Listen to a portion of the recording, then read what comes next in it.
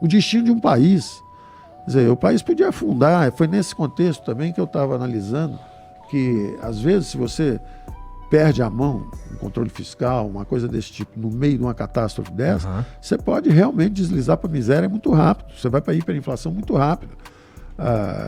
Então, num momento como esse, que devia estar todo mundo junto e tentando um reforçar o outro, faltou um pouco de responsabilidade para vários agentes.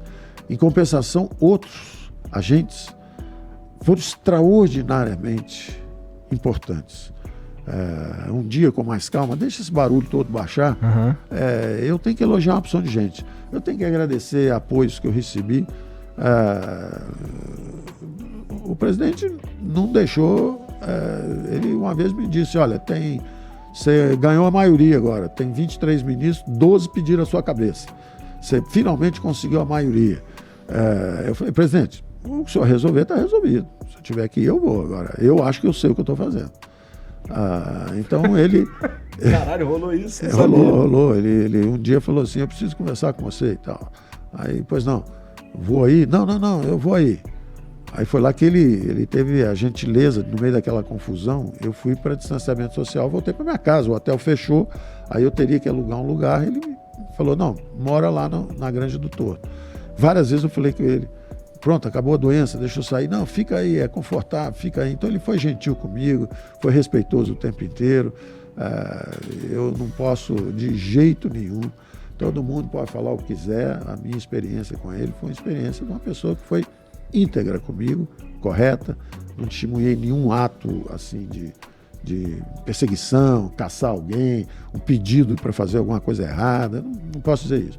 Agora, curiosamente, tem gente no Supremo também que me ajudou e com muita seriedade e pensando no bem do país. E teve gente no TCU também que me ajudou, pensando no bem do país. Então tem de tudo. Teve gente que atrapalha, teve gente que ajudou, teve político de oposição que ajudou o governo em algumas circunstâncias, pensando no Brasil. Que era o ideal, né? Tinha gente do governo que pensava em atrapalhar em vez de...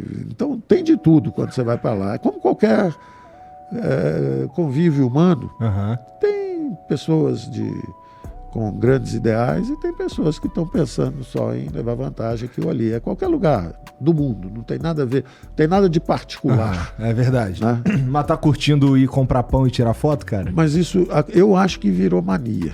Eu acho que o negócio virou mania, porque não é possível. Porque eu acho que um tirou, aí alguém falou assim: eu acho que é fácil e ele gosta, então eu vou tirar também. Aí começaram a tirar e o negócio não parou mais.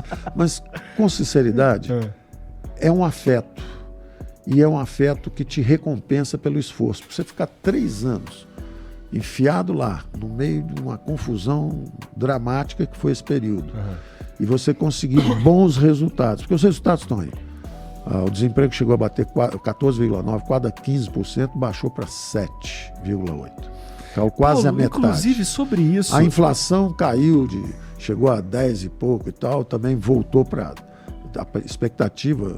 Na época que houve a eleição, a expectativa já está em 3 e pouco. Usando sempre os mesmos parâmetros, ou os mesmos critérios para chegar nisso daí, né? Sempre os mesmos critérios. Então os critérios que usam hoje, vocês usavam já ano passado e tal, não era uma questão... O que eu quero dizer, esses números não são maquiados, de certa forma. Não tem nada maquiado. Tem até gente que é militante, que fica assim: houve artifício para fazer a inflação mais baixa. Não, sabe por que eu estou te perguntando isso? Porque eu escutei recentemente na rádio um cara integrante do governo falando que, por exemplo, o superávit de 22, o superávit primário de 22, era meio que mais ou menos, era quase que Não, as pessoas... Sabe o que é?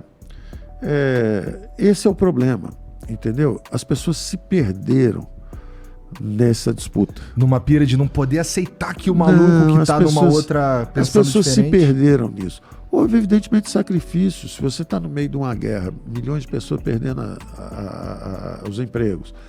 Milhões, literalmente. Nós temos 11 milhões de registros de pessoas que seriam demitidas, mas receberam o benefício emergencial e foram mantidas nos empregos.